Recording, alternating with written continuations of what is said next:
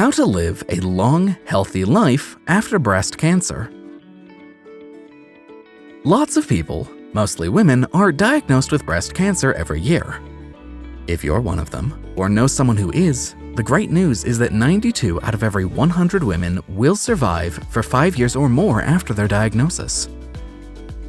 But women are often surprised by the life-altering side effects from their cancer treatment that can continue for years after, such as pain and fatigue.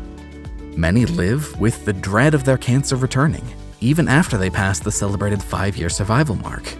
So, what can you do to improve your chances of living a longer, healthier life after a breast cancer diagnosis? Welcome to another video. If you enjoy this type of content, then subscribe and hit the bell icon so you never miss out on any of our latest and greatest uploads.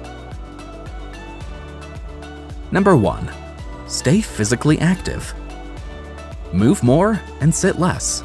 Ideally, this includes gradually progressing toward and then maintaining about 150 minutes, or 2.5 hours, of planned, regular exercise per week.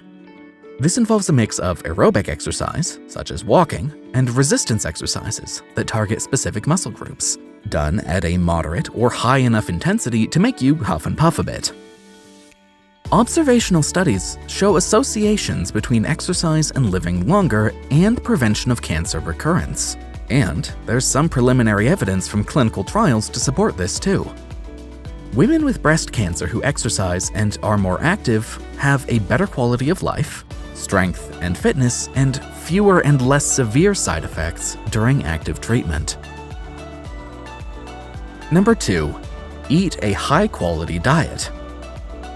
Women with better diets that include a high intake of vegetables, fruits, legumes, nuts, whole grains, and fish have been shown to live longer after a breast cancer diagnosis than those who have a diet high in refined or processed foods and red meat.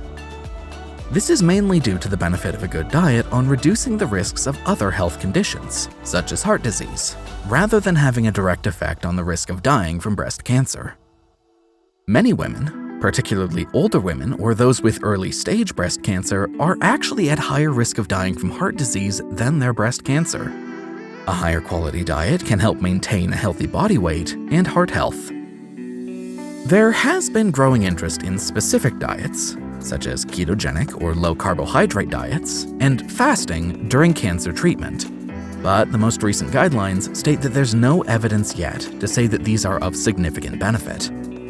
More research is being done following findings from a 2020 study which suggested a fasting-mimicking diet, low-calorie, low-protein, on the days prior to and of chemotherapy produced a better response to treatment. However, compliance with the diet was difficult. Only 1 in 5 women in the study were able to stick to the fasting diet for all of their chemotherapy treatments. Number 3. Get good sleep.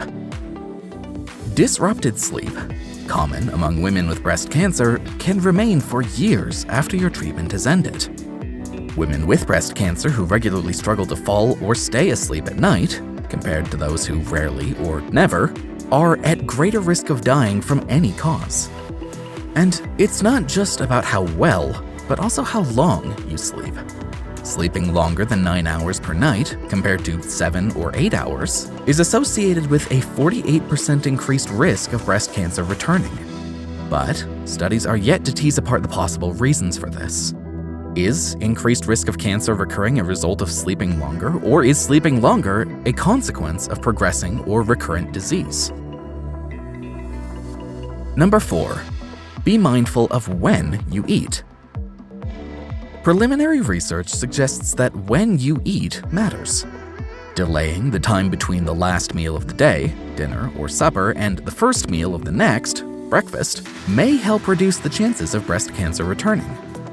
When women reported fasting overnight for fewer than 13 hours, compared to 13 or more hours after a breast cancer diagnosis, it was linked to a 36% increased risk of breast cancer coming back. But the study's authors note that randomized trials are needed to test whether increasing the amount of time fasting at night can reduce the risk of disease. And with that, we've reached the end of this video. If you enjoyed this video and found it helpful, don't forget to leave a like and subscribe for content just like it.